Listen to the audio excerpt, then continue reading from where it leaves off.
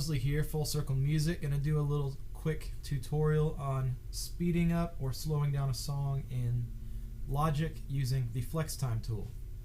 So first thing, just want to go over, this is a full session. There's some MIDI, as you can see. These tracks are MIDI tracks, and the rest is all audio. So you may be surprised to know this, but we do this all the time on recordings, and it works great, and you can even speed up and slow down audio. Yes, you can, and it works just fine. So we are originally at 137 BPM. First thing we're going to need to do is toggle off and on flex time. You can see which tracks are already flexed. It looks like none of them so far in this session. So we're going to need to flex all of them. And to do that, I'm hitting Apple F, turns off and on the flex time view, or you can access it up here. And then as you can see, monophonic shows up here and all these different flex modes. So what we're going to need to do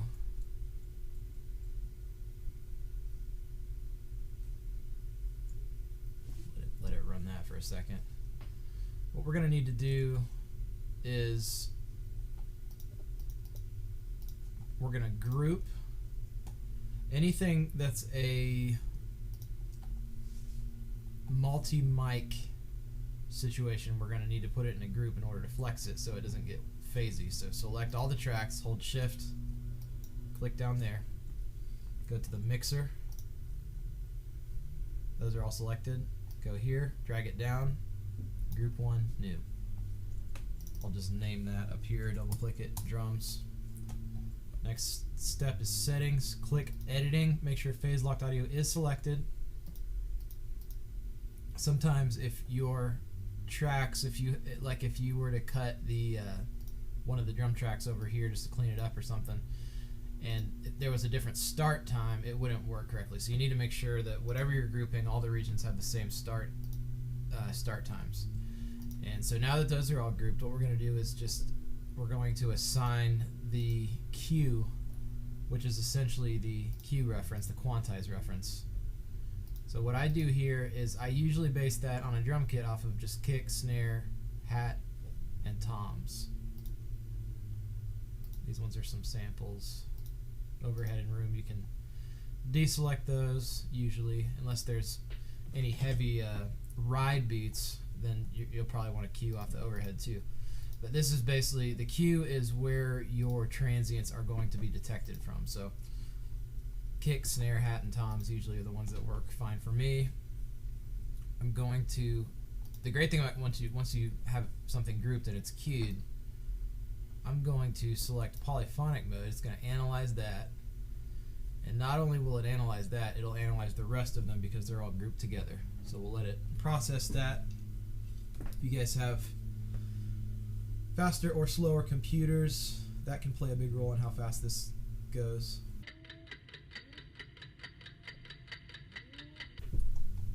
So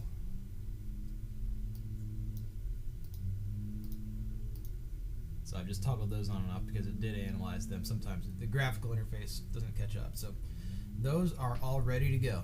So now we're going to move on to the next thing, which this looks like a group, top and bottom, snare top, snare bottom, overhead room.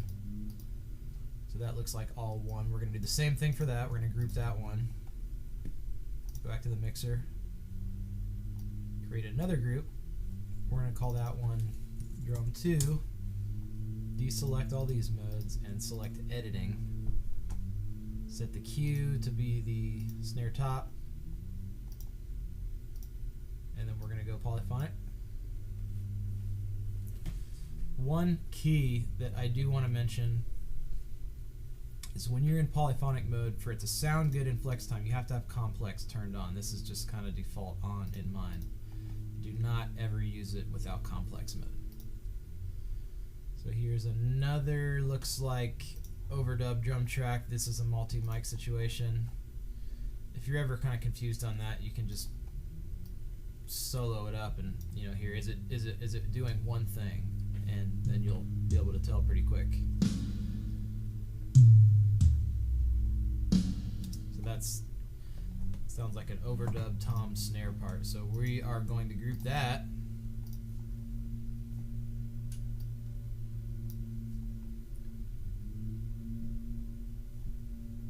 To group 3. We're going to call that drum 3. Editing, deselect the other ones.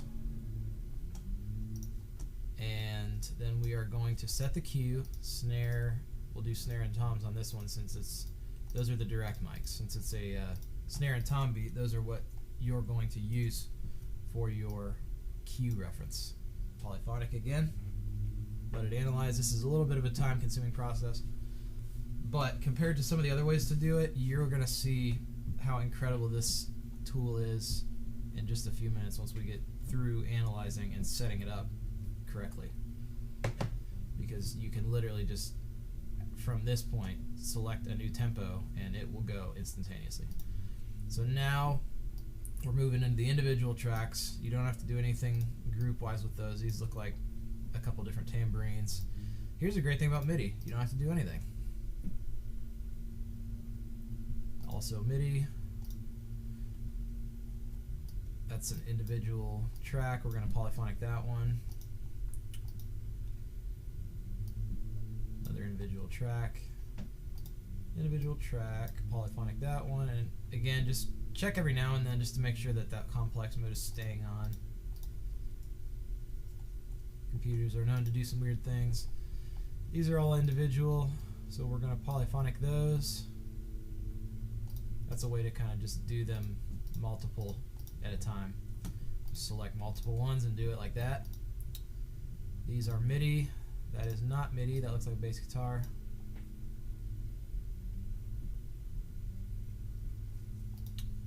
Acoustics.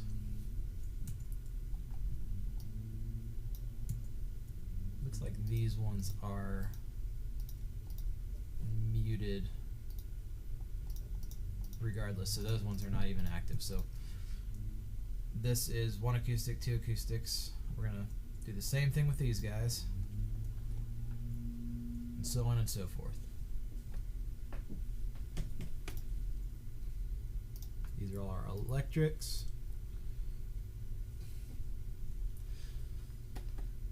There are a lot of ways to do this, and in my opinion, if you're working in Logic, this is a very quick way to do it compared with in Pro Tools. We use this tool called Elastic Audio and Xform. It sounds great, sounds phenomenal with very little artifacts, but it is time consuming. So these are all MIDI, we're going to keep that. Polyphonic that one. These are different synths. Those ones are all MIDI, that's a piano, it's MIDI. Here's a lead vocal. Okay, so sometimes this works, sometimes it doesn't. It really depends on the voice. You guys who are audio purists out there are probably screaming your head off at me right now saying, no, you can't time stretch vocals and blah blah blah, and that's probably true if you read it in a book, but I can think of a few examples of pop songs that have been #1 worldwide pop hits that I know for a fact they used elastic audio or flex time to change the tempo. One example is the band Fun. Have you ever heard of that band? They used elastic audio and left it, and it sounded kind of cool. It almost kind of can sound like an effect. So we'll see how it works on this song. We may have to have at least the lead vocal come in and re-sing it. We'll see how it pans out, but maybe not. Sometimes it just depends on the voice, depends on the tempo, depends on the key of the song, how much you can get away with. This one we're shifting pretty significantly from what the original key of the song was, and you might ask, why would you shift a tempo of a whole song after it's already done and produced and everything? Well, sometimes when you're in the moment writing a song, the tempo could feel, you could just be in one mood, and then you come back to it another day and you're like, wow, that is really slow, or that's rushing too much. So it's actually quite frequent that this happens. So the amazing thing that I am thankful for in the music industry today and in technology today is that we're able to do stuff like this. You're not stuck once you've, made your bed, so to speak, in a certain tempo. And we'll explain it in another tutorial, but you can even change song keys. You got to be a little more careful with that. And vocals, I would not usually recommend pitch shifting vocals. It's going to make them sound either like a chipmunk or like an old man. But you can definitely do it with music. There are ways to do it. I've done it on records that have been big radio hits, and no one ever knows the difference. It just winds up being what the track sounds like. So all things are doable. There's no rules. So we're coming up on the end of processing.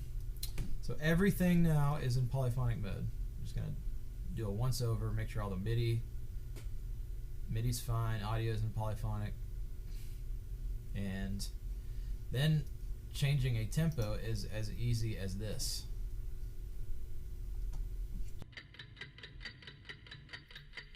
I'm just going to mute the vocal bus. Show you a little bit. So we get a little system overload. So you'll notice that I'm doing that on purpose to show you an example of what you're going to do. You kind of have to have your mind a little bit made up as to what tempo you're going to go to. So I worked off of a 2-track in another Pro Tools session and kind of just messed with speeding it up and slowing it down, because when you have this many tracks in polyphonic complex mode, it's going to be a heck of a time processing it. So in this example, I'm going to go all the way up to 147. And as you'll see, I can try playing it again. You can even mess with the buffer size, and it probably still won't play a good chunk of the time.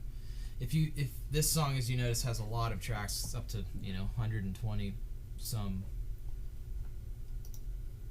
audio tracks. So that many tracks being processed with flex time, it is creating a strain on the computer, as you can see. And I have a very nice upgraded Mac Pro, one of the newer ones with the Thunderbolt, and it runs great.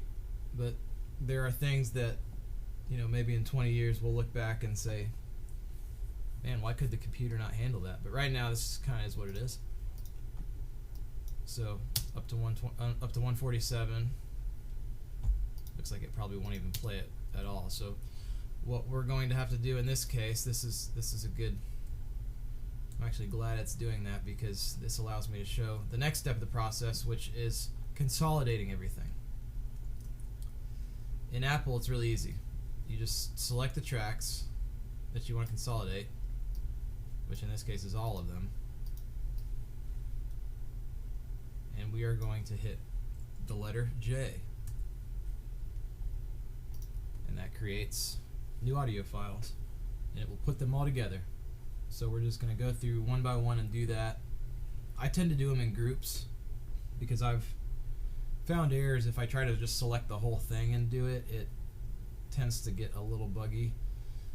So what you're going to notice is it is going to be consolidating, and then it will have to reanalyze it because you still have it in polyphonic mode. So don't freak out. That's normal. So this part is probably the longest part of the process. So we'll kind of speed through this part for you. This part in editing, just speed it up, fast forward it.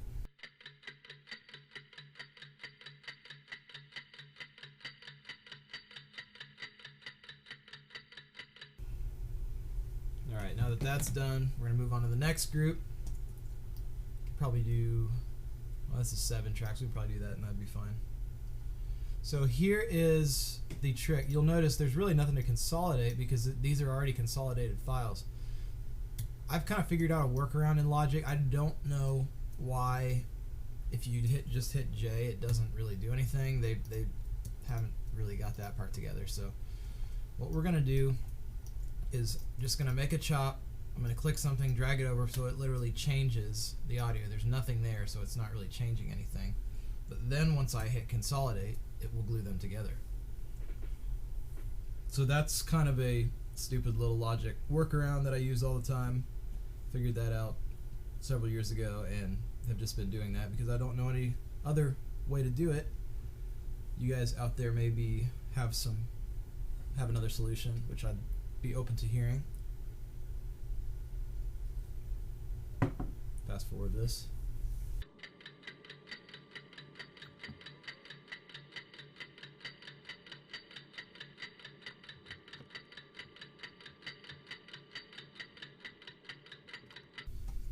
So we're going to continue going through these. We'll consolidate fine because it's the way that it works is each of these little things is its own region in the arrange window. Logic recognizes this essentially as one region. In Pro Tools you might call it a clip. So anything that has multiple regions you can join that and it's just fine, but for instance this right here is one region, so we're literally going to need to make it two regions. So I'm just going to chop this, drag it out over, copy it, and then that's a little workaround for you. Join those two together because that's two regions. So that's the rule of thumb. If it's one region, you have to use that little trick. If it's already two regions that are separated, then you can use that trick just fine. And let me show you something. If I were just to make a chop like this, and then, so that is two regions, but I didn't physically change the location of anything. So if I hit J, well, that's a first. Okay, they must have changed that, so ignore that part. But anyways, we're going to keep going through.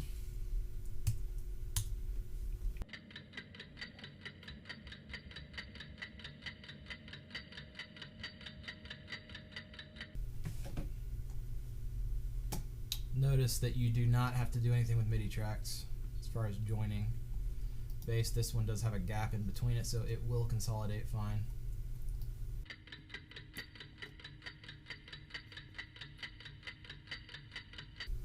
Same deal with these, and if you notice these have fades on the end of them, it will print that as well, so make sure that's how you want it, because that's going to commit your fade.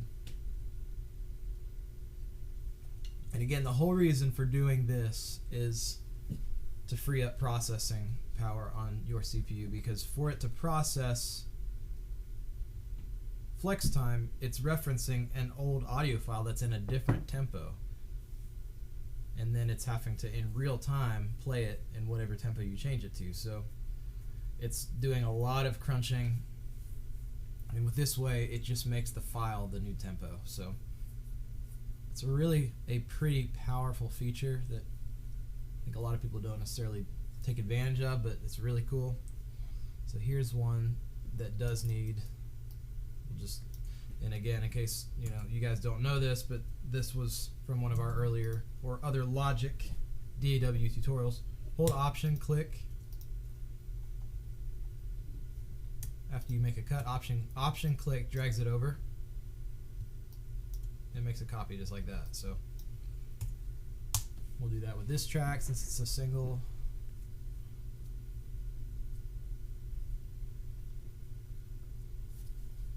Same with the hook double.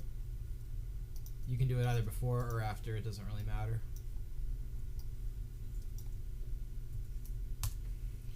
The point is just to change something, make a chop, break up the region, however you want to do it. It's going to achieve the same desired outcome.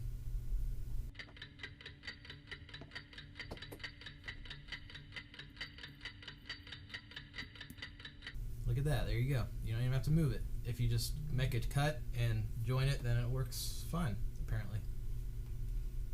See, Logic has updates that come out all the time, so you kind of just never know what stuff works and what stuff doesn't.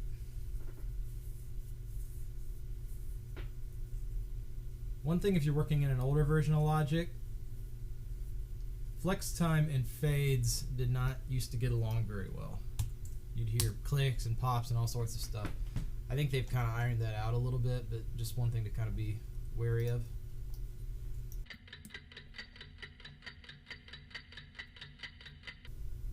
So note that the steps are: group things that need grouped, turn on polyphonic complex mode,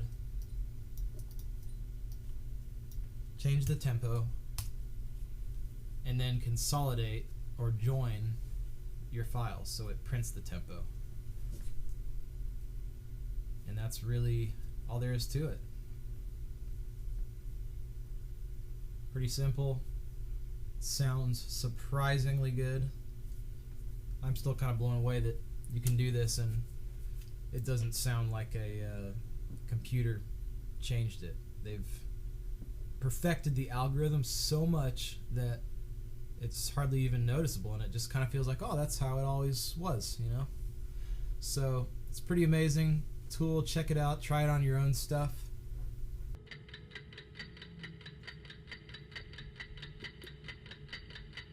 One thing you'll want to make sure is that you have plenty of disk space available on whatever drive you're working on. We always recommend working on external drives, preferably Thunderbolt if you have that option.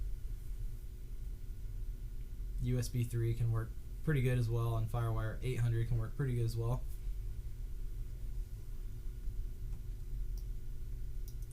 But what's happening is it's literally creating all new audio files, so we came into this session with half as much disk space as it's going to take to have it on there now. So make sure you always got plenty of audio, plenty of space for your audio on your work drives available.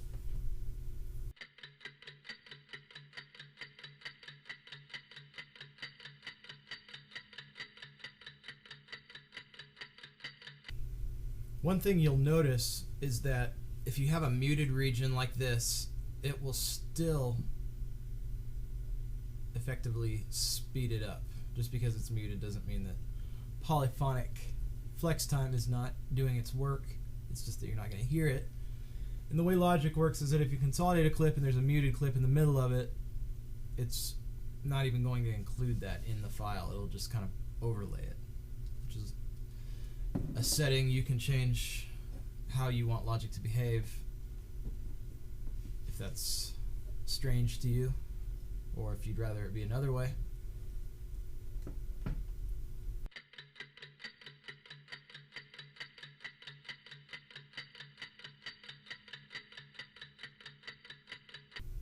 Alright, now that we've got that done, it is in the new key, so you can check it out.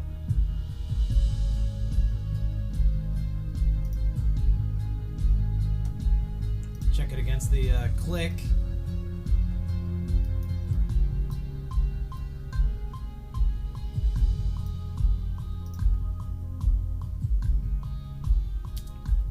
Pretty tight. So that is Logic Flex Time. You can speed up, you can slow down, do however you want to do it, and it's pretty incredible. So try it for yourself. Hope you enjoyed this tutorial.